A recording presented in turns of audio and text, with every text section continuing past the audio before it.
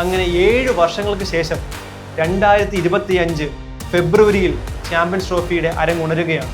മറ്റുള്ള ടൂർണമെന്റിൽ നിന്നും ചാമ്പ്യൻസ് ട്രോഫിയുടെ പ്രത്യേകത എന്തെന്നാൽ മികച്ച റാങ്കിങ്ങിൽ ടോപ്പ് 8 ടീംസ് ആണ് ഇതിൽ മത്സരിക്കുക.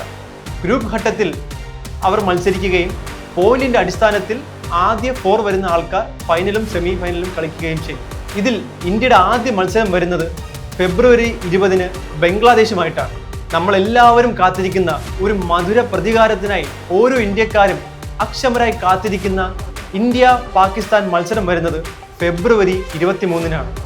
ഒരു ഫൈനലിൽ തോറ്റ ക്ഷീണം ഇന്ത്യക്ക് പ്രതികാരമായി അവർക്ക് മേൽ പെയ്തിറങ്ങാനുള്ള ഒരു അവസരം കൂടെയാണ് ഈ ചാമ്പ്യൻസ് ട്രോഫി.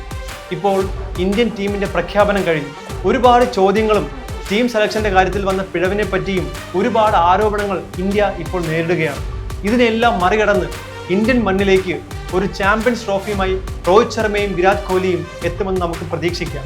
വേൾഡ് കപ്പ് നഷ്ടപ്പെട്ട ഇന്ത്യക്ക് 2020 വേൾഡ് കപ്പ് ഒരു ആശ്വാസമായിട്ടേ ഉള്ളൂ. അതിനെല്ലാമുള്ള ഒരു പ്രതികാരമാണ് ഫൈനലിൽ ഇന്ത്യയെ തോൽപ്പിച്ച ഓസ്ട്രേലിയക്കുള്ള പ്രതികാരം കൂടെയാണ് നമുക്ക് ഈ ചാമ്പ്യൻസ് ട്രോഫി സീരീസ്.